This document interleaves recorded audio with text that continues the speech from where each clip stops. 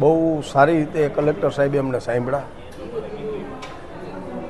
પીડબ્લ્યુડીના officer સાહેબ સાથે હતા, પટેલ સાહેબ બેન હતા, પ્રાંત સાહેબ ચાંદીબેન પરમાર, બધાએ સાથે મિટિંગ કરીને અમને બહુ સારી રીતે સાંભળ્યા. પણ સરકારમાંથી જે ગાઈડલાઈન આવી છે, જેને એસઓપી કહેવાય, એ એસઓપીના જે નિયમ છે એની અંદર અમારા 3 કે 4 મુદ્દા હતા જે અમે કોઈ સંજોગોમાં પૂરા નથી કરી શકીએ એમ, કારણ કે એ પરમેનન્ટ પાર્કના નિયમ છે અને એ મેળા માટે પણ આવ્યા, એટલે એ મેળામાં અમે પૂરા નથી કરી શકીએ એમ. ખાલી રાજકોટ માટે નહીં, પણ ગુજરાતમાં કોઈ પણ એમ્યુઝમેન્ટ પાર્ક, એમ્યુઝમેન્ટવાળા જેને ચકડોળનો ધંધો છે એ આ નિયમોને ફોલો કરી શકે એમ નથી કોઈ પણ સંજોગોમાં.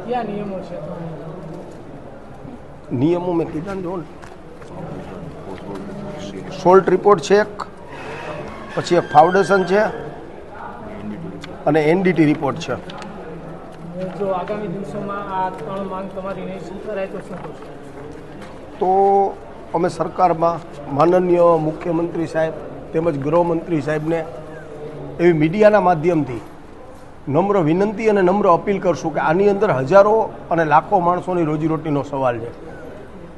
ગુજરાતની અંદર જ સામાન્ય ન ગણો તો 50 થી 60 હજાર માણસોને રોજીરોટી આની અંદર મળે છે.